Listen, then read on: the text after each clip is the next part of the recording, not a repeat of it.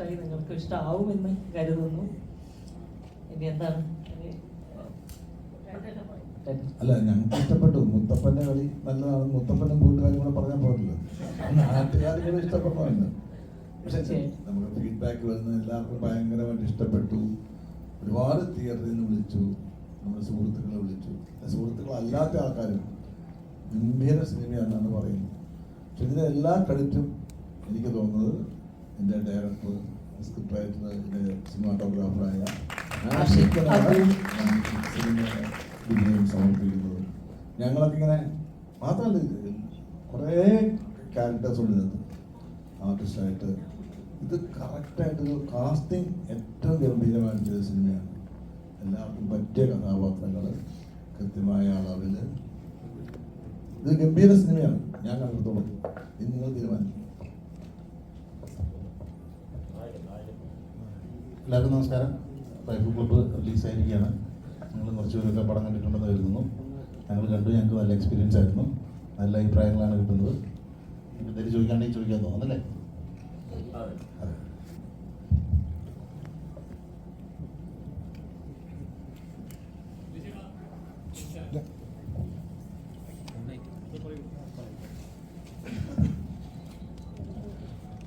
ചേട്ടാ, എനിക്ക് ഈ സിനിമ കണ്ടപ്പോൾ പ്രത്യേകത ഇതിന്റെ മേക്കിംഗ് വളരെ മൂന്ന് ലൊക്കേഷന് അടിപൊളിയായിട്ട് തന്നെ മേക്ക് ചെയ്തിട്ടുണ്ട്.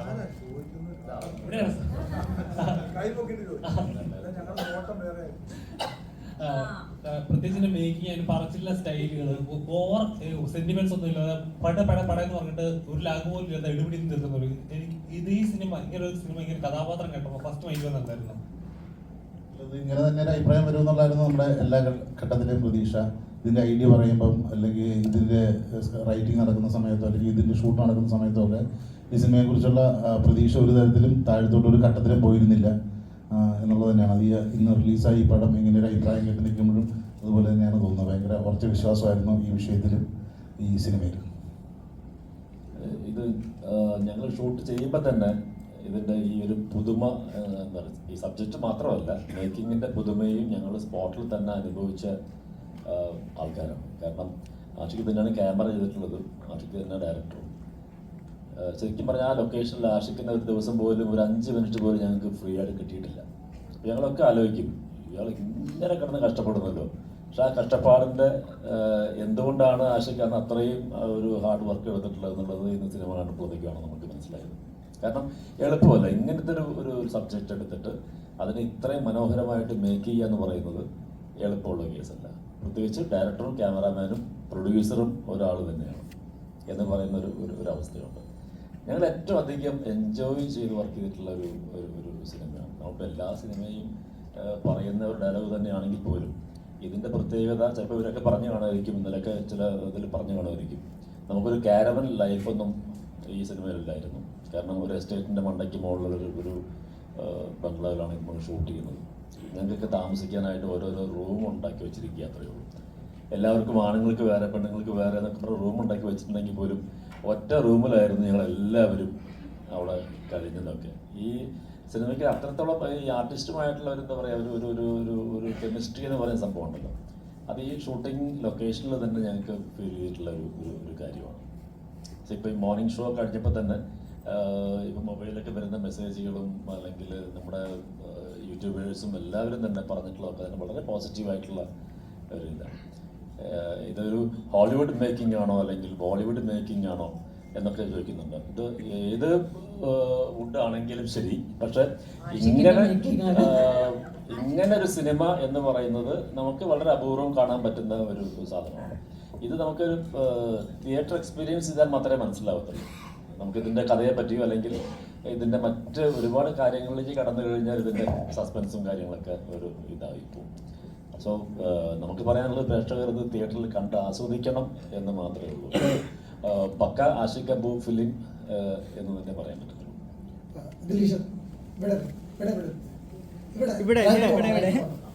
അപ്പോ ഈ റിലീസിന് മുമ്പായിട്ട് പ്രമോഷൻസിന്റെ കാര്യം വരുമ്പോഴത്തേക്കും മറ്റ് സിനിമകളൊക്കെ ഭയങ്കര അധികം പ്രൊമോട്ട് ചെയ്തപ്പോൾ ഈ റൈഫിൾ ക്ലബ്ബ് കുറച്ചുകൂടെ സൈലന്റ് ആയിട്ട് നിന്ന് ഫസ്റ്റ് ഡേ തന്നെ ഭയങ്കര ഹെവി പോസിറ്റീവ് റിപ്പോർട്ട്സ് വരുന്ന ഒരു കാഴ്ച നമ്മൾ കാണുന്നുണ്ട്. ഈ ലോ പ്രൊഫൈൽ വന്ന് ക്രിസ്മസ് തൂക്കാമെന്നുള്ള ഒരു പ്ലാൻ ആയിരുന്നു പ്ലാന്റ് അല്ല, ഇത് കണ്ടന്റിലുള്ള നമ്മുടെ വിശ്വാസം കൊണ്ടാണ് ഫസ്റ്റ് സ്ക്രീനിങ് കഴിഞ്ഞിട്ട് ഒരു പ്രസ് മീറ്റ് വെക്കാമെന്ന് ടീം തീരുമാനിക്കുന്നത്, അല്ലെങ്കിൽ പ്രൊഡക്ഷൻ ഹൗസ് തീരുമാനിക്കുന്നത്. അല്ലെങ്കിൽ നമ്മൾ പടത്തിന് മുമ്പേ പ്രസ് മീറ്റ് വെച്ചേനെ. എന്തായാലും എല്ലാവരും സിനിമ കണ്ടു കഴിയുമ്പോൾ അതിനെക്കുറിച്ച് സംസാരിക്കുന്നതാണല്ലോ കുറച്ചുകൂടെ ക്ലാരിറ്റിയിട്ട് സംസാരിക്കാമല്ലോ.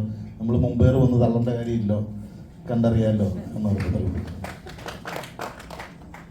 എടുത്തു പറയേണ്ട ഒരു കാര്യം ഇതിൻ്റെ ഒരു കാസ്റ്റിംഗ് ആണ് കേട്ടോ. അത് സിനിമ കാണുമ്പോൾ മനസ്സിലാവും. അല്ല, നമ്മളൊക്കെ ഓൾറെഡി സിനിമകളിൽ അഭിനയിച്ചിട്ടുള്ള ആൾക്കാരാണ്.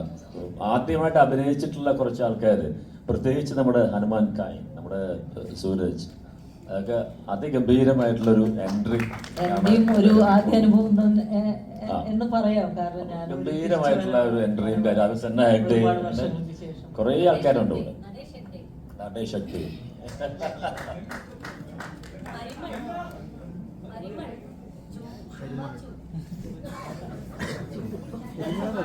Suraj, what's your experience after watching? എനിക്ക് ഒരു വളരെ നല്ലൊരു എക്സ്പീരിയൻസ് ആയിരുന്നു. ആദ്യമായിട്ടായിരുന്നു, പറഞ്ഞ മാതിരി ആദ്യമായിട്ടാണ് ആക്ട് ചെയ്യണത്. പക്ഷേ അതിൻ്റെ ചുറ്റുപാട് ഇത്രയും ടാലൻറ്റഡും ഇത്രയും വോമായ ആക്ടേഴ്സും അങ്ങനത്തെ ഒരു കാസ്റ്റ് ഉണ്ടാകുമ്പോൾ it was much more easier experience. പിന്നെ ആഷിക്കേട്ടനും നമ്മളെ വളരെ ഒരു പ്രസൻസ് ഉണ്ട്. അവർ ക്യാമറേൻ്റെ ബാക്കിലാണെങ്കിലും അല്ലെങ്കിൽ നമ്മളോട് സംസാരിക്കുകയാണെങ്കിലും നല്ലൊരു രീതിയുണ്ട്. എങ്ങനെയാണ് നമുക്ക് ഒരു ഫസ്റ്റ് ടൈം ആകുമ്പോൾ നമുക്ക് ആ ഒരു നെർവസ്നെസ് ഉണ്ടാവുമല്ലോ, പക്ഷെ അത് റിമൂവ് ചെയ്യാൻ പറ്റിയ ഡയറക്ടറായിരുന്നു. ആൻഡ് ദാറ്റ് ടു താങ്ക് ആഷിക്കേട്ടൻ for trusting me with this. Because പറഞ്ഞമാതിരി ഇവർ മുന്നിലൊക്കെ ഞങ്ങൾക്ക് I have no idea, right? പക്ഷെ ആദ്യമായിട്ടൊന്ന് ചെയ്യുമ്പോൾ ഇറ്റ്സ് എൻ ഓണർ. അതൊക്കെ വെറുതെ കുറച്ച് വിനയമാണ്, കുറച്ച് വിനയം കൂട്ടി പറഞ്ഞതാണ്. അങ്ങനത്തെ ഒരു ഫീൽ ഞങ്ങൾക്ക് തോന്നിയിട്ടില്ല. സൂരജ് ഫസ്റ്റ് ഡേ തന്നെ അതിഗംഭീരമായിട്ട് പെർഫോം ചെയ്തിട്ടുള്ള സീൻസ് ആയിരുന്നു. ചെറുതായിട്ടൊന്ന് പേടിച്ച്. അതെ, സൂരജിന്റെ ഒരു പ്രിപ്പയർ ചെയ്യുന്ന ടെക്നിക്ക് തന്നെ നമ്മൾ ഞെട്ടിപ്പോയിട്ടുണ്ട്. ഇവ വന്നിട്ട് 30 പുഷപ്പ് എടുക്കും ഷോട്ടിന് മുമ്പ്. എന്നിട്ട് പോയിട്ടാ പുള്ളി സ്ട്രഗ്ലിംഗ് സീൻസ് ഒക്കെ അഭിനയിക്കുന്നത്. So it was passionate to watch him also. Very beautiful ആയിരുന്നു അത്.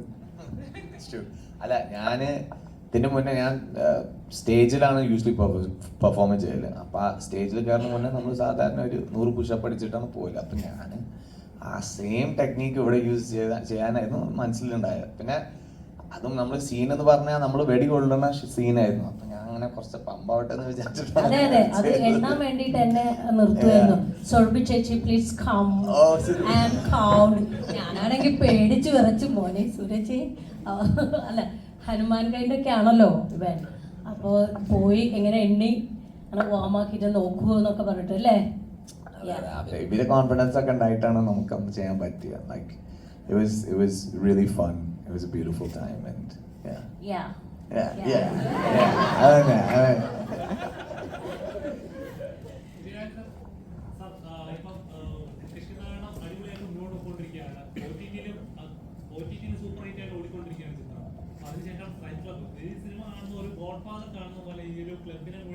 നീക്കുന്ന ഒരു വലിയൊരു കാരണവരായ സ്ഥാനമുണ്ടല്ലോ. പോയ പോട്ട് കൊല്ലെന്ന് പറയുന്നത് തോക്കിട്ട് തൊടിക്കുന്ന ഒരു ആറ്റിറ്റ്യൂഡ് ഉണ്ടല്ലോ. ശരിക്കും ഇങ്ങനെ ഒരു കഥ കേട്ടപ്പോൾ ഒരു കഥാപാത്രം എത്രത്തോളം ഡീപ്പാന്ന് തോന്നുന്നു? ഇല്ല, ഇതിനകത്ത് എൻ്റെ കഥാപാത്രത്തിൻ്റെ എൻ്റെ വലിയ മിടുക്കൊന്നുമല്ല. ഞാനിപ്പോൾ പറഞ്ഞില്ലേ, ഇത് ആഷിക് കപൂറിൻ്റെ സിനിമയാണ്. ഞാൻ കുറേ നാളായിട്ട് അഭിനയിക്കുന്ന ആളാണ്. ഈ ക്യാരക്ടറിൻ്റെ എന്നെ പോസ്റ്റ് ചെയ്തിരിക്കുന്നത്. എനിക്ക് നടക്കാൻ പോലും സമയമില്ലല്ലോ. ഇതിപ്പല്ലേ ഒരു കസേര എന്നോട് നടന്ന് എന്ത് ചെയ്യാൻ പറ്റും? എനിക്കൊന്നും ചെയ്യാൻ പറ്റില്ല അവിടെ. അദ്ദേഹമാണ് എന്നെ ഇതിനകത്ത് എന്തെങ്കിലും ഞാൻ ചെയ്തിട്ടുണ്ടെങ്കിൽ ആഷിക് കപൂറാണ്. സത്യത്തിൽ അത് കുട്ടേട്ടൻ്റെ അടവായിരുന്നു. കാരണം കസേരയിൽ മാത്രം ഇരിക്കുമ്പോൾ ബാക്കി ചെയ്യണ്ട. അല്ലെങ്കിൽ ഞാൻ ഓടിച്ചെന്ന് വെടിവെക്കേണ്ടി വരും, കൊള്ളേണ്ടി വരും, വീഴേണ്ടി വരും. ഇത് കസേരയാകുമ്പോൾ ഒരു ലിമിറ്റ് ഉണ്ടല്ലോ, ആരെങ്കിലും തള്ളിക്കൊണ്ടുപോയി. അല്ല, അങ്ങനെ സന്തോഷമുണ്ട് കേട്ടോ. 32 ദിവസത്തോളം ഞാൻ സിനിമയിൽ അഭിനയിച്ചു. ചിലപ്പോൾ എനിക്ക് ഒരു ഷോട്ടൊക്കെ അറിയും ഒരു ദിവസം. അപ്പം ഞങ്ങൾക്ക് പക്ഷേ എനിക്കൊരു വിഷമമില്ല. എന്താ വെച്ചാൽ എല്ലാവരും കൂടി മുറിക്കാത്തിരിക്കും. ഇതങ്ങോട്ട് തള്ളുക, കളിയാക്കുക, കൊല്ലുക, ഇതൊക്കെ എന്നെ എനിക്ക് വെളുപ്പിന് 2:30 മണിക്ക് ഷോട്ട് വരും. ഞാൻ രാവിലെ മേക്കപ്പ് ചെയ്യും, മേക്കപ്പ് ഇടാതിരിക്കും. അപ്പം 2:30 മണിക്കാണ്. അപ്പം ചിലപ്പം എനിക്ക് നേരത്തെ ഷോട്ട് വരും. അപ്പോൾ ഈ സുരഭിയൊക്കെ കൂടെ പോയി ആഷിക്കോട് പറയും വേണ്ട കുട്ടിയുടെ വെയിറ്റിങ് പുള്ളി ഉറങ്ങുക, കുറച്ച് കഴിഞ്ഞ് എടുത്താലും മതി, പുള്ളി ഉറങ്ങിക്കോട്ടെ എന്ന്. അപ്പോൾ പിന്നെ ആഷിക്കും വിചാരിക്കും ഞാൻ ഉറങ്ങിക്കോട്ടെ എന്ന്. അപ്പം ലാസ്റ്റ് ഷോട്ട് എനിക്ക് എടുക്കും 2:30 മണിക്ക്. അപ്പോൾ ഇവരൊക്കെ സുഖമായിട്ട് ബാക്കി ഷോട്ടൊക്കെ കഴിഞ്ഞിട്ട് പോകും. അങ്ങനെ 2:30 കുട്ടികൾ എന്നുള്ള പേര് കിട്ടി എനിക്ക്. ഞാനിവിടെ 10 ദിവസം കഴിഞ്ഞപ്പോ ചേട്ടൻ 2 മണിയാകുമ്പോഴേ റെഡി ആവുള്ളൂ. കാരണം 2:30-ക്കല്ലേ വിളിക്കുള്ളൂ. അയ്യോ അല്ല, നോണം പറയില്ല കേട്ടോ. ഞാൻ അതിരാവിലെ ഞാൻ റെഡിയാകും. പക്ഷേ ഇവരൊക്കെ പിള്ളേരല്ലേ. ഇപ്പം ഞാനിപ്പോൾ ഇവരെന്ത് പറഞ്ഞാലും സമ്മതിച്ചു കൊടുക്കും. ഞാനുള്ള കാറുന്നവര് 42 വർഷമല്ലേ സിനിമയിൽ. പക്ഷേ അഹങ്കാരമൊന്നും കുട്ടേട്ടൻ കാണിച്ചില്ല. അഹങ്കാരമില്ല, അഹങ്കാരത്തിൻ്റെ അവസ്ഥയാ. അഹങ്കാരമല്ല കുഞ്ഞെ, പിടിച്ചു നിൽക്കണ്ടേ നിങ്ങളുടെ കൂടെ. ഇത് നാക്കാത്ത ടീമുകളൊക്കെ. അപ്പോൾ ഒരിക്കലും ഞാൻ മലയാള സിനിമ ഇത്രയും വർഷമായിട്ട് നിന്നിട്ടും ഇതിൻ്റെ കൂടെ നിൽക്കുക എന്നുള്ളതാണ് ഏറ്റവും വലിയ പ്രശ്നം. ഞാൻ സർവൈവ് ചെയ്ത് വരുന്നുണ്ട് കേട്ടോ, എന്താണ് കുഴപ്പമില്ല, ഞാൻ പിടിച്ചു നിൽക്കും. ഇവിടെ തരണം ചെയ്യാൻ പറ്റുമെങ്കിൽ ഞാൻ ഇനി കുറെ കൂടെ നിൽക്കും മലയാള സിനിമ, ഉറപ്പാണ്. ഇത് പാസ്സായ ഞാൻ ഇങ്ങനെ ഇനി എനിക്ക് എന്നെ ആർക്കും തടുക്കാൻ പറ്റില്ല. ഇത് പാസ്സായി ഞാൻ സുരഭി.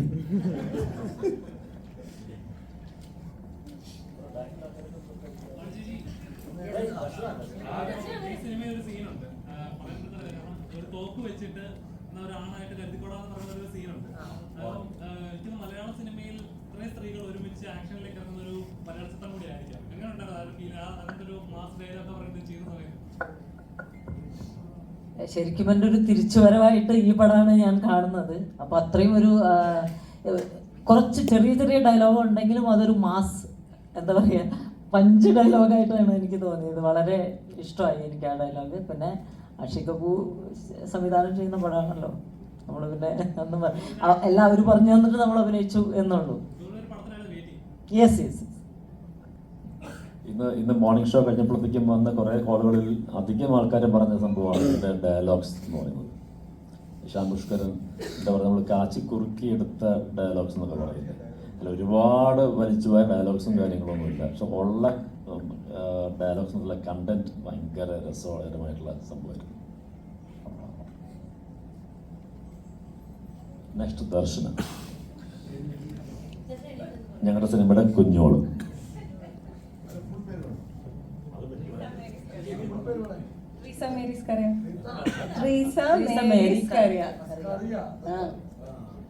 ഒന്നുമില്ല, എനിക്ക് ഇത്രയും ആക്ടേഴ്സിൻ്റെ കൂടെ ഒരുമിച്ച് വർക്ക് ചെയ്തിരിക്കുന്നത് ഐ തിങ്ക് ഫസ്റ്റ് ടൈം ആണ്. നാടകത്തിലൊക്കെ ചെയ്യുന്ന പോലത്തെ ഒരു ഫീലിംഗ് ആയിരുന്നു. സോ എല്ലാവരും ഇതേ പറഞ്ഞ പോലെ എല്ലാവരുമായിട്ട് ഇന്ററാക്ട് ചെയ്യാൻ കുറേ ദിവസങ്ങളുണ്ടായിരുന്നു. കുറച്ച് ഷോട്ട് എടുക്കും, ബാക്കി നേരം നമുക്ക് പല പല പരിപാടികളായിട്ട് ക്യാബിൻസിൽ ഞങ്ങൾ എല്ലാവരും ഒരുമിച്ചായിരുന്നു. അപ്പോൾ it was A great time. അപ്പോൾ ഇതിപ്പോൾ തിയേറ്ററിൽ കാണുമ്പോഴും every one has their space and എല്ലാവരെയും ഇപ്പോൾ ലൈക്ക് യു സൈഡ് ഇപ്പോൾ women all of us coming together action ചെയ്യുന്നു എന്നുള്ളതിൽ എല്ലാവർക്കും ഭയങ്കര സ്പെസിഫിക് ആയ ഒരു സ്പേസ് ഉള്ള പോലെ എനിക്ക് കണ്ടപ്പോഴും തോന്നി. So I hope everybody feels the same. Thank U.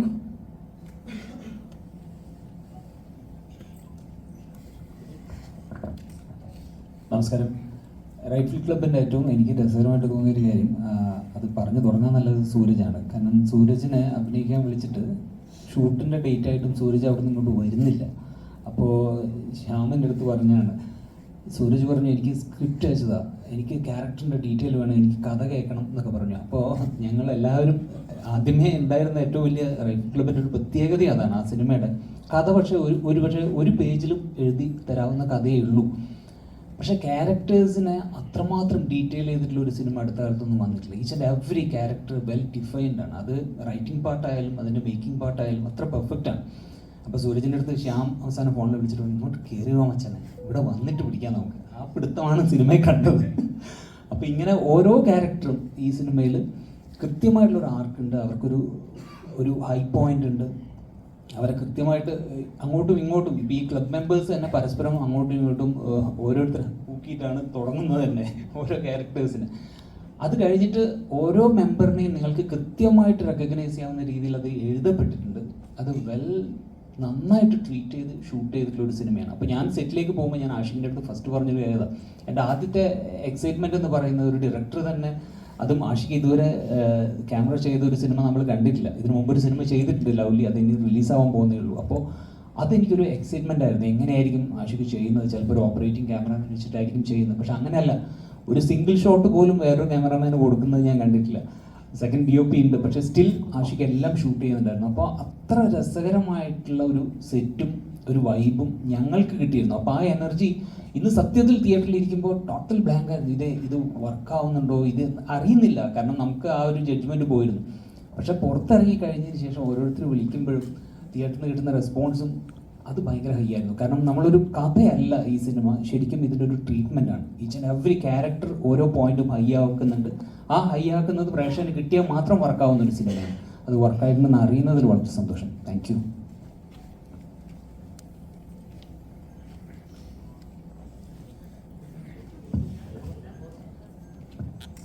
ഒരുപാട് സന്തോഷം ഇങ്ങനെ റൈഫിൾ ക്ലബിൽ ആഷിഖിൻ്റെ ഈ പടത്തിൽ എനിക്കും പാർട്ടിസിപ്പേറ്റ് ചെയ്യാൻ പറ്റിയതിൽ ഒരുപാട് സന്തോഷം. ആഷിഖിൻ്റെ പടങ്ങളൊക്കെ മിക്കവാറും പല പല ജോണറിലുള്ള പടങ്ങളായിരിക്കും, അല്ലെങ്കിൽ ഒരു കംഫർട്ട് സോണിലൊന്നും കയറി ഇരിക്കുന്ന ഒരു പ്രകൃതമല്ലെന്നാണ് എനിക്ക് തോന്നിയിരിക്കുന്നത് അദ്ദേഹത്തിൻ്റെ ഫിലിമോഗ്രാഫി കണ്ടിട്ട്. സോ അദ്ദേഹത്തിൻ്റെ പുതിയൊരു പടം, ആ പുതിയൊരു എക്സ്പെരിമെൻറ്റിൽ എനിക്കും ഒരു ഭാഗമാകാൻ കഴിഞ്ഞാൽ ഒരുപാട് സന്തോഷം. അതുപോലെ തന്നെ എനിക്ക് ഈ സിനിമയിൽ കണ്ടപ്പോൾ വളരെ സന്തോഷം തോന്നി. എന്നേക്കാളൊക്കെ ഉപരി ഇവിടെ ഇരിക്കുന്ന എല്ലാവരും എന്നേക്കാൾ സീനിയേഴ്സായിരിക്കണം. ഒരുപക്ഷെ അഭിനയത്തിലായാലും ടെക്നീഷ്യൻസ് ഉണ്ട്, അഭിനേതാക്കളുണ്ട്, എല്ലാവരും ഉണ്ട്. പിന്നെ കുട്ടിയേട്ടനെ പോലുള്ള ആൾക്കാരൊക്കെ നന്നായിട്ടുണ്ടാന്ന് പറഞ്ഞപ്പോൾ സത്യത്തിൽ എനിക്ക് ഒരുപാട് ഒരുപാട് ഒരുപാട് സന്തോഷം തോന്നി. എനിവേ ഈ ക്രൂവിൻ്റെ കൂടെ എസ്പെഷ്യലി മൈ സൂസൻ ഒരുപാട് സന്തോഷം.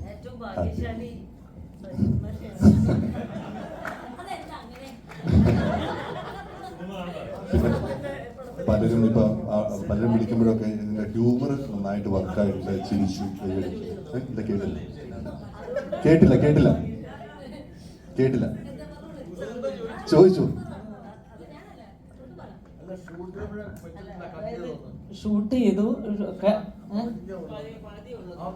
പകുതി ഉള്ള കാരണം കൂടുതൽ ഭാഗ്യശാലി.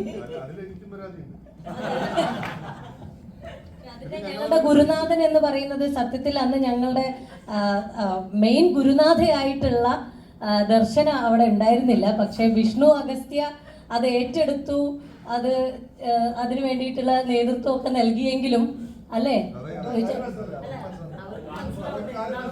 അവർ പടം കണ്ടിട്ടുണ്ടായിരിക്കൂല്ലേ? എന്തായിരുന്നു അത്? അത് ഇല്ലത്തുനിന്ന് ഇറങ്ങുകയും ചെയ്തു, അമ്മാത്തട്ട് എത്തിയതുമില്ല എന്നുള്ളൊരവസ്ഥ. അപ്പൊ അതില് സജീവൻ ചേട്ടന് വളരെയധികം വിഷമമുണ്ട്.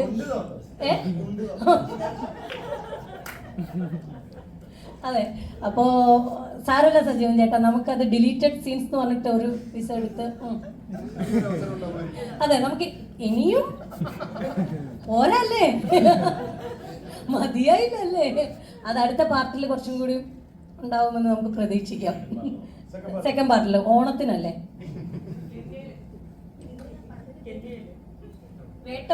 വേട്ടമൃഗം രാപ്പാടി പ്രൊഡക്ഷൻസിന്റെ വേട്ടമൃഗത്തിൽ നമുക്കത് കാണാവുന്നതാണ്.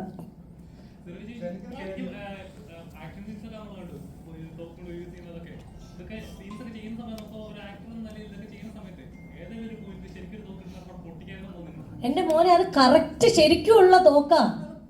അത് ഒറിജിനൽ തോക്ക്, ഒറിജിനൽ ആയിട്ട് പൊട്ടിച്ചതാണ് ഞങ്ങള്. അതാണ് പൊട്ടിച്ച്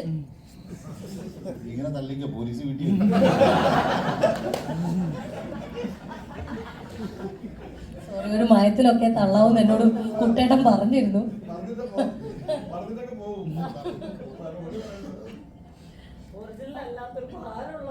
അതെ അതെ, ഒരു 5 കിലോ 6 കിലോ ഉണ്ട് ഓരോ തോക്കും.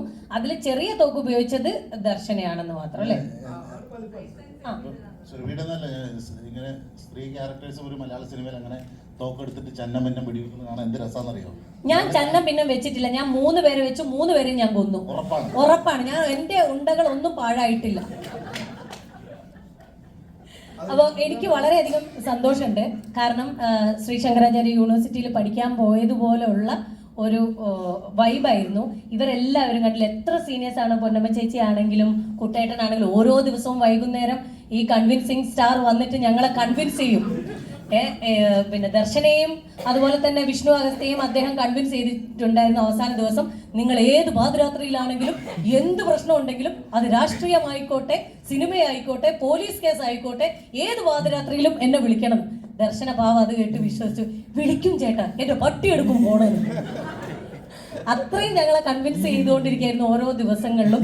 പിന്നെ വാണി ചേച്ചി ആയിക്കോട്ടെ, ഉണ്ണിമാങ്കോ ആയിരുന്നു ഞങ്ങളുടെ സ്പൈ വർക്ക് ചെയ്തുകൊണ്ടിരുന്നത്. കാരണം കഥയൊന്നും ഞങ്ങൾക്ക് അത്ര ഇതറിയില്ല. അപ്പം പെട്ടെന്ന് അവിടെയൊക്കെ പോയി ഇന്ന് ഇങ്ങനെ സംഭവിക്കും അങ്ങനെ സംഭവിക്കും എന്നൊക്കെ ഞങ്ങൾക്ക് പറഞ്ഞു തന്നത് മാംഗോ ആണ്. പിന്നെ സൂരജിനെ പറ്റി ഞാൻ ആവശ്യത്തിൽ നമ്മളുടെ സ്റ്റാർ വിനീതേട്ടൻ, അദ്ദേഹത്തിൻ്റെ ഭക്ഷണം നിങ്ങളെല്ലാവരും കണ്ടു പഠിക്കേണ്ട ഒന്നാണ്. പച്ചക്കറികൾ മാത്രം, പലതരത്തിലാണ് അദ്ദേഹം ഫുഡ് കഴിക്കുന്നത്. അതുകൊണ്ടാണ് ഈ ഒരു നിത്യ യൗവനം ഷാജഹാൻ ഇപ്പോഴും സൂക്ഷിക്കുന്നത്. പിന്നെ പരിമളിനെയും എനിക്ക് അധികം കൂടെ വർക്ക് ചെയ്യാൻ പറ്റിയിട്ടില്ല. നമ്മുടെ തെലുങ്ക് ഡയറക്ടർ ഒന്ന് എണീറ്റ് നിൽക്കുമോ? സോറി, കന്നഡ ഡയറക്ടർ നടേഷ് ഹെഗ്ഡെ, അദ്ദേഹം ഒരു വില്ലനായിരുന്നു. അദ്ദേഹത്തിനെ പക്ഷേ ടുട്ടുമോൻ വെടിവെച്ച് കൊന്നു. ഒരു മിനിറ്റ് അവർക്ക് വേണ്ടി നീ സംസാരിച്ച കളയില്ല. അവർ സംസാരിച്ചോളൂ, പക്ഷെ അവരെ നമ്മളെ പരിചയമുണ്ട്, അവരൊന്നും സംസാരിക്കുന്നില്ല. നീ നിർത്തിയാലല്ലേ സംസാരിക്കാൻ പറ്റുള്ളൂ. മൈക്ക് കൊടുത്തു, mic. So thank you for having me. Shyam said this is the first time in Malayalam film history a snipe shooter is hitting the target. So I'm happy to do that role. And also some of the greatest minds are here. It's privilege to work with them. Thank you. Vishnu Agastya. ഞാൻ വിഷ്ണു അഗസ്ത്യ. അപ്പോൾ ഞാൻ RDXന് ശേഷം വരുന്ന ഒരു സിനിമയാണ്. അപ്പോൾ ഇത്രയും ഭയങ്കര എന്താ പറയുക, ഇത്രയും വൈബുള്ള ഒരു ക്രൂവിൻ്റെ കൂടെ വർക്ക് ചെയ്യാൻ പറ്റിയതിൽ ഭയങ്കര സന്തോഷം. Thank you. ഇല്ല, ഉണ്ണിമാങ്കോ ഒന്നും പറയില്ല, പറഞ്ഞോ. അല്ല, എന്തെങ്കിലും ചോദിച്ചാൽ പറയാം. എന്തെങ്കിലും വിഷ്ണുവിനോട് ആരെങ്കിലും എന്തെങ്കിലും ഒന്ന് ചോദിക്കൂ.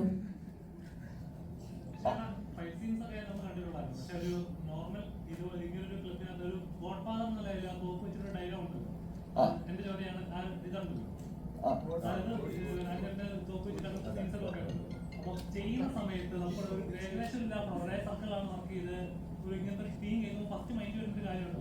എന്തായിരുന്നു? അല്ല, ഞാൻ ആദ്യത്തെ ദിവസം, അതായത് നേരത്തെ പറഞ്ഞല്ലോ, അതായത് ഇത് ഈ സിനിമ ഇങ്ങനെ നമ്മൾ അഭിനയിക്കുമ്പോൾ ഇത് ഇങ്ങനെ ആയിരിക്കും, അടുത്ത് ഇങ്ങനെ ആയിരിക്കും എന്നുള്ള സംഭവത്തെക്കാളും കുറച്ചും കൂടെ റൈറ്റ്. ഞാൻ ശ്യാമേട്ടൻ്റെ അടുത്ത് ഫസ്റ്റ് ദിവസം ചെന്നിട്ട് പറഞ്ഞു, ശ്യാമേട്ട എനിക്ക് പേടിയാ, എന്താ പരിപാടികൾ എന്നൊക്കെ ഒന്നുകൂടെ ഒന്ന് പറഞ്ഞില്ല. അപ്പം ശ്യാമേട്ട എന്നോട് പറഞ്ഞ എന്ന് വെച്ചാൽ, എടാ നീ 50% ഈ ക്യാരക്ടർ ചെയ്താൽ മതി, ബാക്കി 50% ഞാനാണ് ചെയ്യുന്നത്. അപ്പം നമ്മൾ രണ്ടുപേരോടാണ് ഈ ക്യാരക്ടർ ചെയ്യുന്നത്. ഞാൻ പറഞ്ഞു ഓക്കെ, സന്തോഷം. അങ്ങനെ എനിക്ക് തോന്നിയെന്ന് വെച്ച് കഴിഞ്ഞാൽ നമുക്ക് ഏകദേശം ഏറ്റവും അവസാനത്തിലേക്കൊക്കെ എത്തുമ്പോഴായിരിക്കും അതിങ്ങനെ നമ്മൾ കണ്ടെത്തി പോവാണ്. നമ്മൾ നേരത്തെ എല്ലാം ഡിസൈഡ് ചെയ്തിട്ട് അങ്ങ് അഭിനയിക്കുന്നതല്ല, ഫിലിം മേക്കറിന് വേണ്ടിയാണ് അഭിനയിക്കുന്നത്. അപ്പം അദ്ദേഹം ഓക്കെ പറയുമ്പോൾ അതിനെ ലീവ് ചെയ്തിട്ട് ഇന്നിപ്പോൾ നിങ്ങളൊക്കെ തിയേറ്ററിൽ നിന്ന് കണ്ട പോലെ ഞാൻ സിനിമ കണ്ടു, എനിക്ക് വർക്കായി. Thank you bro.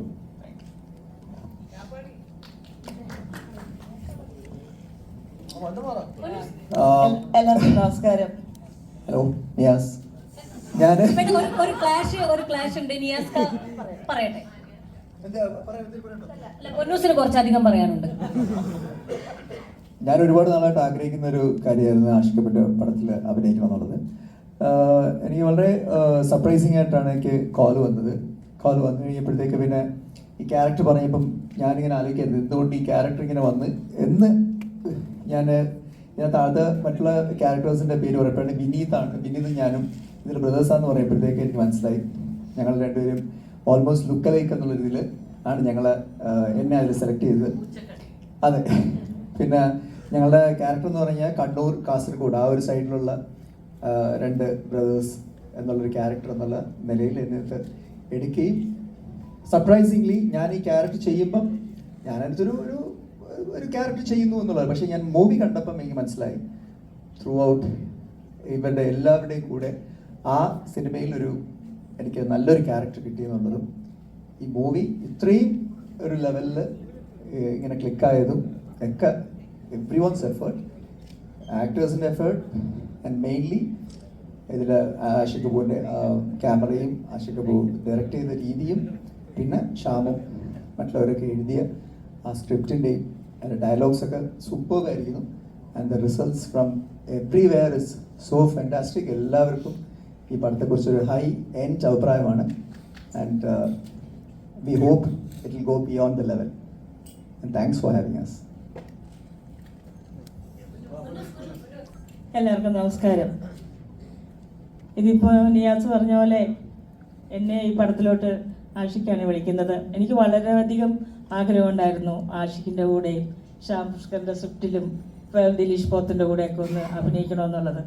അത് എന്തായാലും ഒരു 10-40 ദിവസം ഞങ്ങളെല്ലാം ഒരുമിച്ച് ഒരു കുടുംബം പോലെ ഞങ്ങളവിടെ അത് ഈ പടം പൂർത്തിയായി. വളരെ ത്രില്ലിലായി ഇരിക്കുമായിരുന്നു ഈ പടം ഒന്ന് ഇറങ്ങിയിട്ടൊന്ന് കാണാൻ വേണ്ടി. കാരണം ഞാനും ഇങ്ങനെയുള്ള ഒരു വേഷം ഇതിനു മുമ്പുള്ള പടങ്ങളൊന്നും ചെയ്തിട്ടില്ല. അപ്പോൾ അത് എനിക്കൊരു വെറൈറ്റി ആയിട്ട് ഫീൽ ചെയ്തു. എന്തായാലും ഞാൻ ആഷിഖിനോടും ആ ക്രൂവിനോടുമാണ് ഒരുപാട് താങ്ക്സ് പറയുന്നത്. ഈ പടം എല്ലാവരും കണ്ടിട്ടില്ലെങ്കിൽ പ്രേക്ഷകരെല്ലാവരും തിയേറ്ററിൽ പോയി പടം കാണണം. ഈ പടം ഒരു വമ്പിച്ച വിജയമാക്കി നിങ്ങളെല്ലാം തീർക്കണം. Thank you so much. Senna Hegde, തിങ്കളാഴ്ച നിശ്ചയത്തിൻ്റെ ഡയറക്ടറായിട്ടുള്ള സെന്ന ഹെഗ്ഡെ.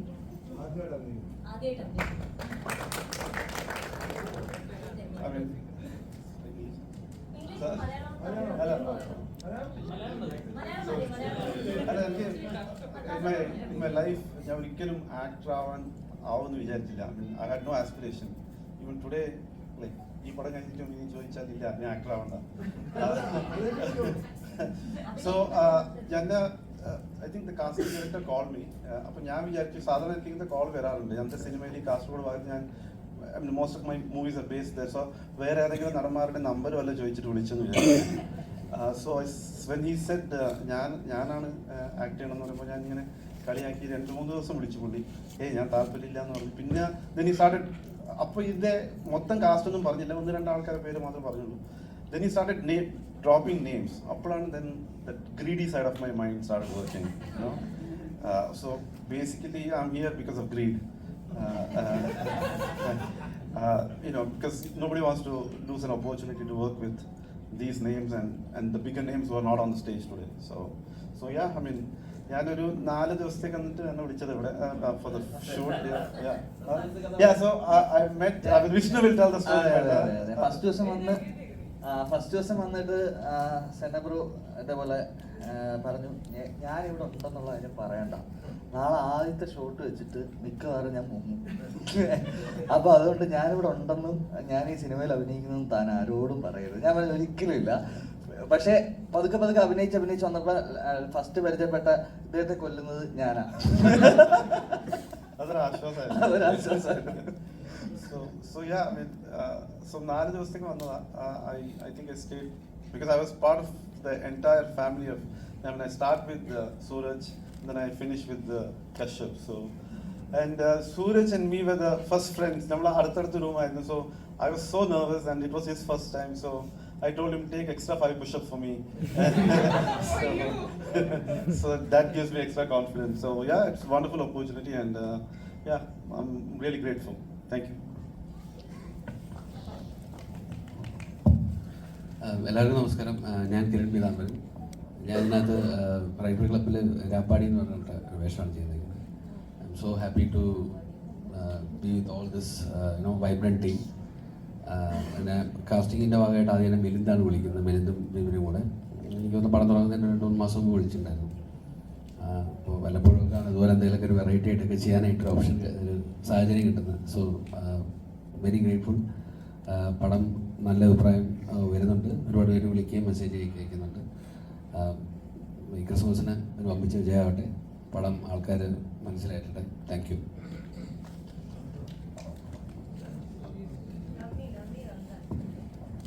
ഹായ്, എല്ലാവർക്കും നമസ്കാരം. First of all thank you so much.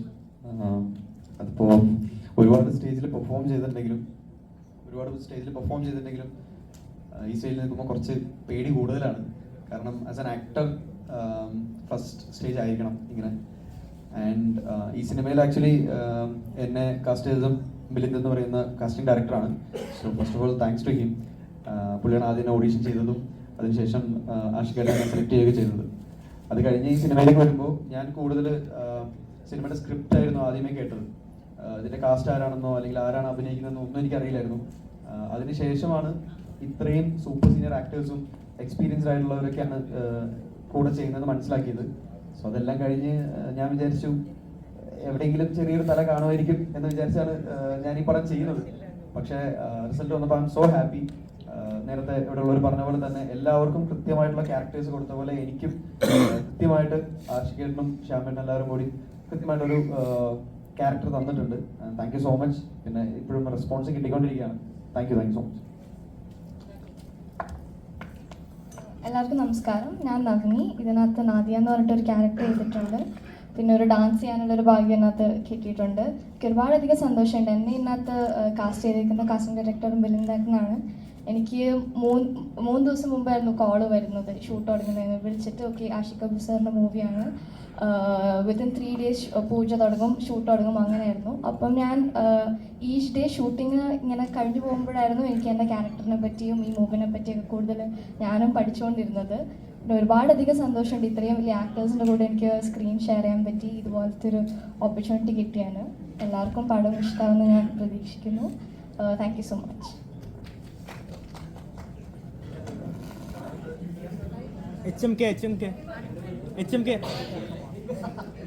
പിടിക്കപ്പെട്ടു. എൻ്റെ പേര് പരിമൽ.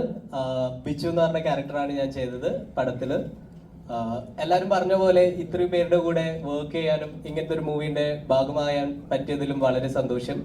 ആഷിഖേട്ടനും ശ്യാമേട്ടനും ഫുൾ സപ്പോർട്ട് തന്നതുകൊണ്ടാണ് ഇത്രയും ചെയ്യാൻ പറ്റിയത്. ബിക്കോസ് ഇത് എൻ്റെയും ഫസ്റ്റ് ടൈമാണ്. Thank you so much for having me. ഇത്രയും പേരുടെ കൂടെ വർക്ക് ചെയ്യാൻ പറ്റിയതിൽ വളരെ സന്തോഷം.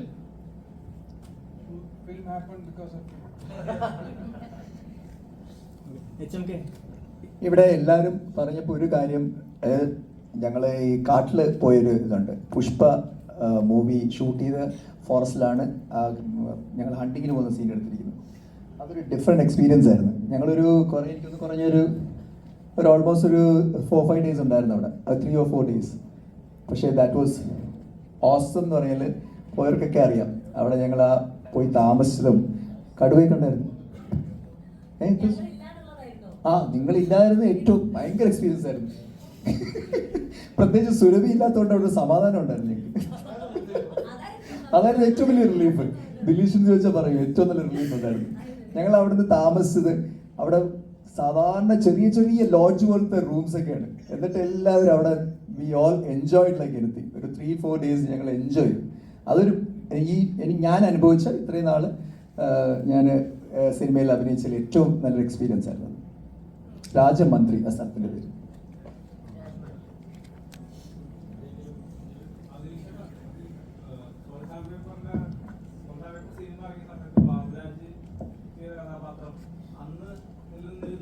ബാബുരാജിനെ കണ്ടത് വേറൊരു രീതിയിലാണ് അയാൾ പിന്നെ സ്വീകരിച്ചത്. അതുപോലെ തന്നെയാണ് ഈ സിനിമയിൽ പൊന്നമ്മ ചേച്ചി ചെരുപ്പ് തുറന്ന് വെടിവെക്കുന്ന ആ ഒരു സീൻ. അപ്പോൾ ഈ കഥാപാത്രത്തിന് വേണ്ടിയിട്ട് ശാമുഷ്കരൻ എഴുതുമ്പോൾ അതെങ്ങനെയാണ് അത് ട്രീറ്റ് ചെയ്യുന്ന സിനിമയിലേക്ക്? ഇല്ല, ശ്യാമ വളരെ ഡീറ്റെയിൽ ആയിട്ട് ക്യാരക്ടേഴ്സ് എഴുതുന്ന ഒരു റൈറ്ററാണ്. അത് പലതവണ പല സിനിമകൾ കൊണ്ട് പ്രൂവ് ചെയ്തിട്ടുള്ളതാണ്. ശ്യാമ ആഷിഖേട്ടന് വേണ്ടിയിട്ട് നിരവധി ക്യാരക്ടേഴ്സ് എഴുതിയിട്ടുണ്ട്. എല്ലാം ഭയങ്കര സൂപ്പർ ഹിറ്റ് ക്യാരക്ടേഴ്സാണ്. ഇപ്പം സോൾട്ടാമ്പൂരിലെ ബാബുച്ചേട്ടൻ്റെ ക്യാരക്ടർ പോലെ. ഇപ്പം ഈ സിനിമയിലേക്കാണ് ഒരുപാട് ക്യാരക്ടേഴ്സ് ഉണ്ട്. അപ്പം അത് സുഹാസും ദിലീഷും ശ്യാമോടെ എഴുതുമ്പം അങ്ങനത്തെ ഒരു ക്യാരക്ടേഴ്സിനെ അതിൻ്റെ ഒരു പൂർണ്ണതയിൽ ഒരു സിനിമയിൽ ഒരു മേജർ പ്ലോട്ടിനെ അങ്ങനെ ഫോളോ ചെയ്യാനില്ലായിരിക്കും. ചെറിയൊരു ത്രെഡിലൊരു പടം നടക്കുമ്പോഴത്തേക്കും അതിൽ ക്യാരക്ടേഴ്സിനെ ഫോളോ ചെയ്തായിരിക്കും സിനിമ മുമ്പോട്ടേക്ക് പോവുക. അപ്പോൾ ഇത്രയധികം ക്യാരക്ടേഴ്സ്, ഇപ്പം ഈ പ്രസ് മീറ്റിന് 10-20-30 ക്യാരക്ടേഴ്സ് ഉണ്ട് ഈ സിനിമയിൽ.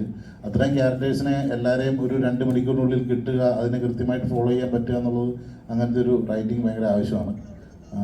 അത് വിജയിച്ചിട്ടുണ്ടെന്നാണ് ഞാൻ കരുതുന്നത്. അത് ആഷിഖേട്ടൻ അത് ഭയങ്കര രസമായിട്ട് ആ ക്യാരക്ടേഴ്സിനെ ഫ്രെയിമിലേക്ക് ആക്കിയിട്ടുണ്ട്. എക്സലൻ്റ് ആണ്.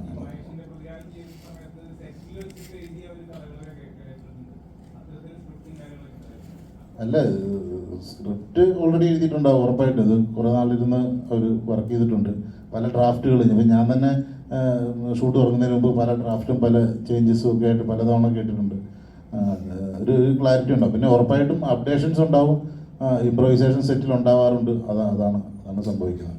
ഇതിപ്പോൾ നമുക്ക് കിട്ടുന്ന ക്യാരക്ടറിനെ അങ്ങനെ ചെയ്ത് പ്രസൻറ്റ് ചെയ്ത് വരുമ്പോഴത്തേക്ക് ഉണ്ടാകുന്ന ചെറിയ ഇംപ്രൊവൈസേഷൻസ് ആയിരിക്കും, അല്ലെങ്കിൽ കറക്ഷൻസ്, പുതിയ ഫീഡുകളൊക്കെ ആയിട്ട് ചെയ്യാം.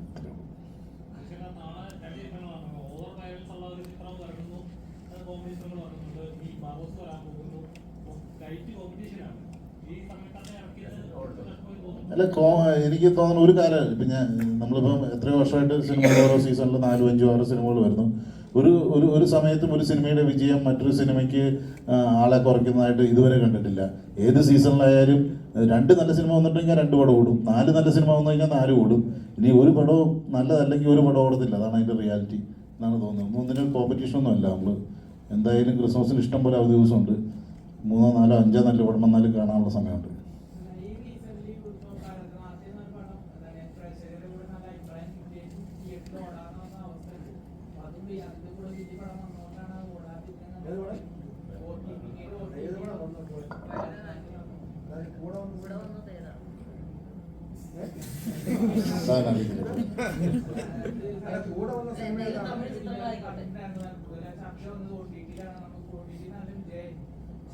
ഈ OTT സിനിമ ജയിക്കുന്നതും തിയേറ്റർ സിനിമ ഡിഫറെൻ്റ് ആണ്.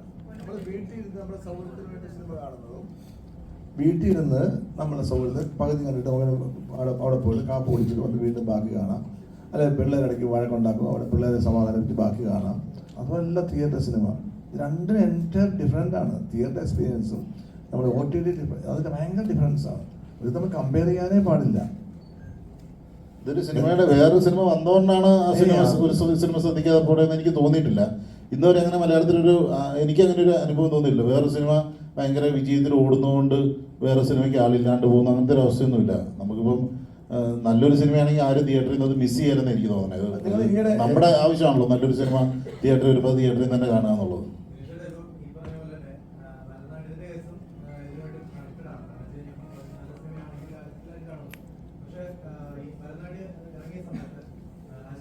വളരെ മോശമായിട്ട് തന്നെ റിവ്യൂ ചെയ്തു. അതോടുകൂടി ആ പടം ഇരുന്ന് പോയിരുന്നാണ് ഇപ്പോഴത്തെ ഒരു ടോപ്പ് വരുന്നത്.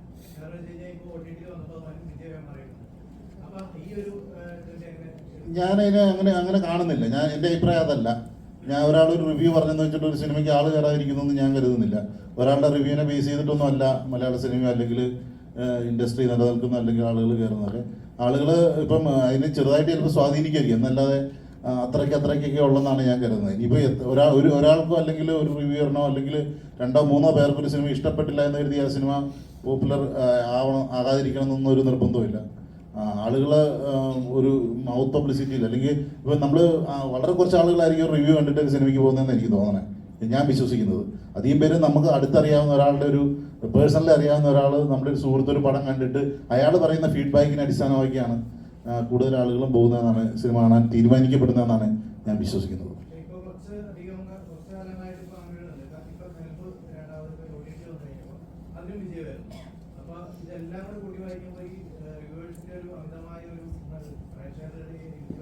ഞാൻ വിശ്വസിക്കുന്നില്ല. എൻ്റെ അഭിപ്രായം അതല്ല. ഞാൻ റിവ്യൂ അല്ലെങ്കിൽ ഒരാളൊരു സിനിമയെക്കുറിച്ച് നല്ലത് പറഞ്ഞെന്ന് വെച്ചിട്ട് ആരും കാണാനും പോകത്തില്ല. അല്ല, തീരെ ചെറിയ സ്വാധീനം ഉണ്ടാവുമായിരിക്കും എന്നേ ഉള്ളൂ. അല്ലാണ്ട് ഒരു മികച്ച സിനിമയെ ഇല്ലാണ്ടാക്കാൻ ഒരു റിവ്യൂവിനൊന്നും പറ്റില്ല. ഒരാളൊരു റിവ്യൂ പറഞ്ഞെന്ന് വെച്ചിട്ട് ഒരു മികച്ച സിനിമയെ ഇല്ലാണ്ടാക്കാൻ പറ്റില്ല എന്ന് ഞാൻ ഉറച്ചു വിശ്വസിക്കുന്നു. അതേപോലെ ഒരു മോശം സിനിമേനെ ഒരാൾ 4 പേര് നല്ലത് പറഞ്ഞെന്ന് വെച്ചിട്ട് നന്നാക്കാനും പറ്റില്ല. ആൾക്കാർ അത്ര പൊട്ടന്മാരൊന്നും അല്ല പ്രേക്ഷകർ.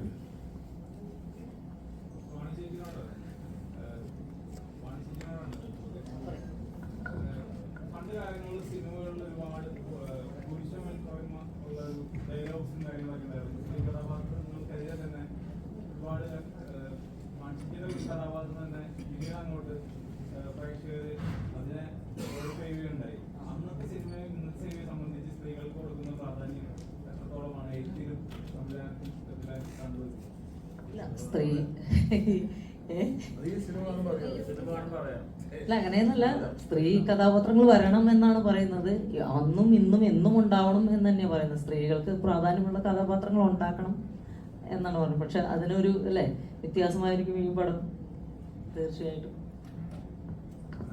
ഈ സിനിമ പുരുഷ കഥാപാത്രങ്ങളെക്കാളും കൂടുതൽ ഹീറോയിസം ഇത് സ്ത്രീ കഥാപാത്രങ്ങളാണ്. പൊന്നമ്മ ഒറ്റ വെടിയേ വെക്കുന്നുള്ളൂ. പക്ഷേ ബാക്കിയുള്ളവർ എത്ര വെടി വെച്ചിട്ട് ഒരു കാര്യമില്ല, 1.5 വെടിയത്. അപ്പോൾ ഇവിടെ എല്ലാ സ്ത്രീ കഥാപാത്രങ്ങളും ഇതിനകത്ത് എല്ലാവരും ഭയങ്കര ഹീറോയിക് ആയിട്ടുള്ള ഒരു ഫീൽ ഉണ്ടാകുന്നുണ്ട്. സ്ത്രീ എന്ന് പറഞ്ഞാൽ മാറ്റി നിർത്തേണ്ട കാര്യമേ ഇല്ല. ഈ സിനിമ ഒരിക്കലും അങ്ങനെയല്ല. വെറുതെ പറയുകയാണ് സ്ത്രീ പുരുഷൻ എന്നൊക്കെ പറഞ്ഞാൽ സിനിമയിൽ അങ്ങനെയില്ല. അല്ല, ആരും മനഃപൂർവ്വം സ്ത്രീകളെ താഴ്ത്തി കാണിക്കാൻ വേണ്ടി പങ്കെടുക്കുന്നതല്ലോ. ഒരു കഥ ചെയ്യുമ്പോൾ കഥയ്ക്കനുസരിച്ചുള്ള കഥാപാത്രങ്ങൾ വരുന്നതല്ലേ. അപ്പോൾ ഈ സിനിമ കണ്ടാൽ നിങ്ങൾക്ക് എല്ലാവർക്കും അറിയാം എത്രത്തോളമാണ് സ്ത്രീകൾക്ക് ഇമ്പോർട്ടൻസ് എന്നുള്ള എല്ലാവർക്കും അറിയാം. ദിലീഷേട്ടാ, ഇപ്പോൾ മാർക്കൊക്കെ ആണെങ്കിലും റൈഫിൾ ക്ലബിനൊക്കെ ആണെങ്കിലും പ്രൊമോഷൻ അധികം കുറവായിരുന്നു. ഇപ്പോൾ ആദ്യത്തെയൊക്കെ ട്രെൻഡ് എന്ന് പറഞ്ഞാൽ എല്ലാ സിനിമകൾക്കും വലിയ ഹൈപ്പ് കൊടുത്ത് ജനങ്ങളിലേക്ക് എത്തിച്ച് എല്ലാവരും ഇപ്പോൾ പുഷ്പ അല്ലെങ്കിൽ ഒരുപാട് മൂവിയാലും ആൾക്കാരിലേക്ക് അധികമായിട്ട് പ്രതീക്ഷകളുടെ അമിത ഭാരം അടിച്ചേൽപ്പിക്കുകയായിരുന്നു. ഇങ്ങനെ ഒരുപാട് പ്രൊമോഷനൊക്കെ ഉണ്ടാവും. അപ്പോൾ റൈഫിൾ ക്ലബ്ബൊക്കെ ഈ പ്രൊമോഷൻ കുറവായിരുന്നു. സിനിമ കഴിഞ്ഞിട്ടാണ് ഇപ്പോൾ പ്രസ് മീറ്റ് ആയാലും വെച്ചിട്ടുള്ളത്. ഇപ്പോൾ മാർക്കോ ആയാലും നാളെ റിലീസിന് എത്തണം. അപ്പോൾ അത് ഈ റിവ്യൂ, നേരത്തെ റിവ്യൂവിൻ്റെ കാര്യമാണ്. ഇപ്പോൾ റിവ്യൂവിനെയൊക്കെ എങ്ങനെ പേടിച്ചിട്ടാണോ അതോ അങ്ങനെ ആൾക്കാരിൽ നിന്ന് ഇത്രയും ഹൈപ്പ് കൊടുത്തിട്ട് പണം ഇങ്ങനെ ആവും അങ്ങനെയൊക്കെയുള്ള റിവ്യൂകൾ വരുന്നത് കൊണ്ടാണോ ഇപ്പം അങ്ങനെ ഒരു ട്രെൻഡ് മാറിക്കൊണ്ടിരിക്കുന്നത്? ഒരു ട്രെൻഡ് മാറിയെന്നൊന്നും എനിക്ക് തോന്നുന്നില്ല. അത് ഓരോ സിനിമയുടെ മാർക്കറ്റിംഗ് സ്ട്രാറ്റജി അനുസരിച്ചായിരിക്കും അത് അങ്ങനെ ചെയ്യപ്പെടുന്നത്. പിന്നെ എന്ന് വെച്ചാൽ നമ്മൾ സിനിമയിൽ പ്രവർത്തിച്ച കുറച്ച് ആൾക്കാർ സിനിമ ഇറങ്ങുന്നതിന് മുമ്പ് വന്നിരുന്നിട്ട് ഭയങ്കര തള്ളുതള്ളി ഭയങ്കര സിനിമയാണ്, നിങ്ങളെല്ലാവരും പറഞ്ഞ ആനയാണ് കുതിരയാണ് എന്ന് പറയുന്നതൊക്കെ എത്രമാത്രം എഫക്റ്റീവാണ് എന്നെനിക്ക് തോന്നുന്നില്ല. ഇതൊക്കെ ഇപ്പം കാരണം ഇപ്പം നമുക്കൊരു സിനിമ ഇന്നിപ്പം ഇറങ്ങി, ഇന്ന് റിലീസായി, രാവിലത്തെ ഷോ കഴിഞ്ഞ് ഉച്ച കഴിയുമ്പോഴത്തേക്കും കേരളത്തിൽ ഇപ്പം ഒരു സിനിമയോട് അടുത്ത് നിൽക്കുന്ന അല്ലെങ്കിൽ സിനിമ കാണുന്ന കേരളത്തിലെ ഒരു 90% പ്രേക്ഷകനും ഈ സിനിമയെക്കുറിച്ചുള്ള റിവ്യൂ അല്ലെങ്കിൽ ആളുകളുടെ അഭിപ്രായം കിട്ടിക്കഴിഞ്ഞു. അവരിന്ന് തന്നെ തീരുമാനിച്ചിട്ടുണ്ട് ഈ ആഴ്ച ഈ സിനിമ കാണണോ വേണ്ടയോ എന്നുള്ളത്. കേരളത്തിലെ മുഴുവൻ പ്രേക്ഷകരും തന്നെ തീരുമാനിച്ചിട്ടുണ്ട്. അപ്പോൾ അതിന് വേണ്ടിയിട്ട് നമ്മളിങ്ങനെ ഒരു മാസങ്ങളുടെ ഒരുക്കമൊന്നും ആവശ്യമില്ല എന്നുള്ളതാണ് തോന്നുന്നത്. അല്ലെങ്കിൽ ഈ സാഹചര്യത്തിൽ അതിപ്പോൾ ഇന്ന് രാവിലെ പടം റിലീസായി വൈകുന്നേരം ഇപ്പോൾ എല്ലാവരും പറഞ്ഞിട്ടുണ്ട് പടം നല്ലതാണോ അല്ലയോ എന്നുള്ളത്. അപ്പോൾ അതനുസരിച്ച് ആൾക്കാർ ടിക്കറ്റ് എടുക്കും, സിനിമ കാണും, അത്രയേ ഉള്ളൂ. അതിനകത്ത് ഭയങ്കര ഒരു പ്രീ തള്ളിൻ്റെ ആവശ്യമില്ലെന്നാണ് ഞാൻ പറഞ്ഞത്. അത് ജസ്റ്റ് ആൾക്കാരെ ഒന്ന് അറിയിക്കുക എന്നുള്ളതാണ് ഇത്ര ആവശ്യമുള്ളൂ തോന്നുന്നു. ഞാനിപ്പോൾ ഇത് അനാവശ്യമായിട്ട് പറയാൻ തോന്നും, അഹങ്കാരമായിട്ട് ചിലപ്പോൾ തോന്നും. സത്യമായിട്ടുള്ള കാര്യമാണ്, പറയണമെന്ന് തോന്നിയോണ്ട് പറയുക. ഞാനൊരു 42 വർഷമായി സിനിമയിൽ നിൽക്കുന്നു. അന്ന് ഈ റിവ്യൂ പരിപാടിയൊന്നുമില്ല. സിനിമ വരുന്നു, നാന, വെള്ളി നക്ഷത്രം, അങ്ങനെ ചിത്രകാർത്തി, അങ്ങനെ കുറേ മാഗസിനുണ്ട്. അതിനകത്ത് കൊള്ളാമെങ്കിൽ കൊള്ളാമെന്ന് പറയും, അല്ലെങ്കിൽ സിനിമ തിയേറ്റർ നല്ലതാണെങ്കിൽ ഓടും. ഇപ്പോഴും അതാണ് അവസ്ഥ. അല്ലാതെ ഈ റിവ്യൂ കൊണ്ട് നടന്ന ആളല്ല ഞാൻ ഇനി നിൽക്കാൻ പോകുന്നത് റിവ്യൂ കൊണ്ട്. അപ്പോൾ റിവ്യൂ പറഞ്ഞിട്ട് അതിൽ ഭയങ്കര ബോറാണെന്ന്, ഞാൻ ബോറായിട്ട് അഭിനയിച്ചാൽ റിവ്യൂ പറഞ്ഞ് ബോറാന്ന് പറഞ്ഞു. ഞാൻ നന്നായിട്ട് അഭിനയിച്ചിട്ട് ബോറാന്ന് പറഞ്ഞ പ്രേക്ഷകൻ സമ്മതിക്കില്ല. ഞാൻ എന്തുകൊണ്ട് ഇത്രയും വർഷം നിൽക്കുന്നു? പ്രേക്ഷകന് ഇഷ്ടമുള്ളതുകൊണ്ടാണ്. അല്ലാതെ ഒരുത്തൻ അവിടെ ഇരുന്നുകൊണ്ട് അയാൾ ഭയങ്കര ബോറാന്ന് വേഷം കെട്ടിയിട്ട് പറഞ്ഞുകൊണ്ട് ഞാൻ മോശമാവില്ല. It's A fact. ഇയാൾ എങ്ങനെയുണ്ട്, ഇയാളുടെ സിനിമ എങ്ങനെയുണ്ട്, പ്രേക്ഷകനാണ് തീരുമാനിക്കുന്നത്. അല്ലാതെ ഏതെങ്കിലും ഒരുത്തൻ എന്ന് അതിരുന്നോട് പറഞ്ഞു കഴിഞ്ഞാൽ അതാണ് അംഗീകരിക്കേണ്ടത്. അത് വളരെ ബാലിശമായ ചോദ്യമാണ്, ബാലിശമായ വിശ്വാസമാണ്. നിങ്ങളെ ഒരാൾ പറഞ്ഞു കഴിഞ്ഞാൽ സിനിമ പൊളിക്കാമെന്ന് ഒരിക്കലും നടക്കില്ല. കലാകാരൻ അവൻ സൃഷ്ടിക്കുന്ന കലാരൂപം പ്രേക്ഷകൻ ഇഷ്ടപ്പെട്ടാൽ ഡെഫിനറ്റായിട്ട് നന്നായിരിക്കും. ഇഷ്ടപ്പെട്ടാൽ മോശമാണെങ്കിൽ പറഞ്ഞോളൂ. പക്ഷെ ഒരാൾ പറഞ്ഞിട്ട് അത് മോശമാണെന്ന് പറഞ്ഞാൽ ഒരിക്കലും ഓടാതിരിക്കുകയില്ല, പ്രേക്ഷകൻ ഇഷ്ടപ്പെടാതിരിക്കില്ല. അതിൻ്റെ ഏറ്റവും വലിയ തെളിവാണ് ഞാൻ ഇത്രയും വർഷമായിട്ട് സിനിമ നിൽക്കുന്നു. ഞാൻ നായകനായിട്ടുണ്ട്, സഹതന്തായിട്ടുണ്ട്, വില്ലനായിട്ടുണ്ട്, ഗുണ്ടായിട്ടുണ്ട്. ഒരുപാട് കാലഘട്ടങ്ങൾ കടന്നു വന്നയാളാണ് ഞാൻ. പിന്നെ ഇന്ന് ഞാൻ നടന്ന അയാളല്ല. അതുകൊണ്ട് ഞാൻ പറയുകയാണ്, എൻ്റെ എക്സ്പീരിയൻസ് ആയിട്ട് പറയണം, ആരെയും മോശക്കാരനായിട്ട് പറയല്ല. ഇതുകൊണ്ടാണ് സിനിമ ഓടുന്നതെന്ന് ആരും വിശ്വസിക്കേണ്ട. നല്ലത് പറഞ്ഞാൽ നല്ലതാണ്, അത് കുറച്ചും കൂടെ ഭംഗിയായിട്ട് ചെയ്യുന്നതാണ് ഭംഗി എല്ലാവർക്കും. അല്ലാതെ ആരെയും മോശക്കാരനായിട്ട് പറയുന്നത് എന്ത് കാര്യം? പിന്നെ വ്യൂവേഴ്സ് കൂടെ ഉണ്ടാവുമായിരിക്കും, അതിനുവേണ്ടി പറയുന്നതായിരിക്കാം. പക്ഷേ നല്ലതായിട്ട് നല്ല സിനിമയെപ്പറ്റി നല്ല വിമർശനം ഉണ്ടാകുന്നതാണ് പറയുന്ന ആളിന് നല്ലത്, പ്രേക്ഷകന് നല്ലത്, സമൂഹത്തിന് നല്ലത്.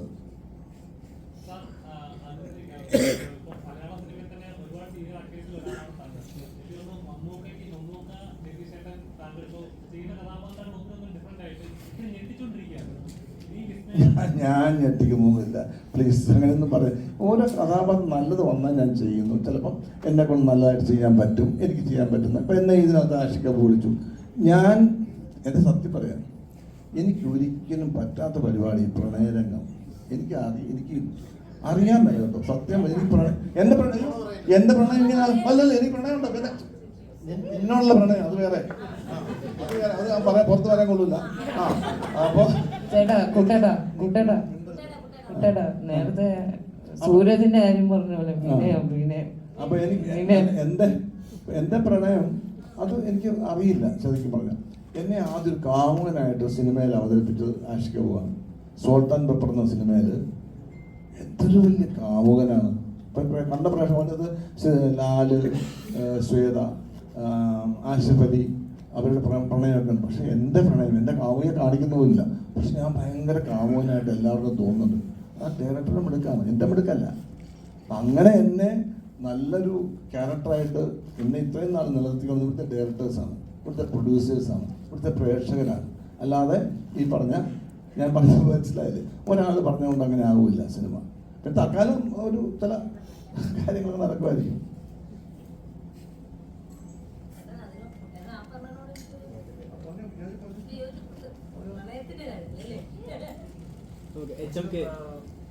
HMK ഇവിടെ ഓക്കെ ലെഫ്റ്റ്.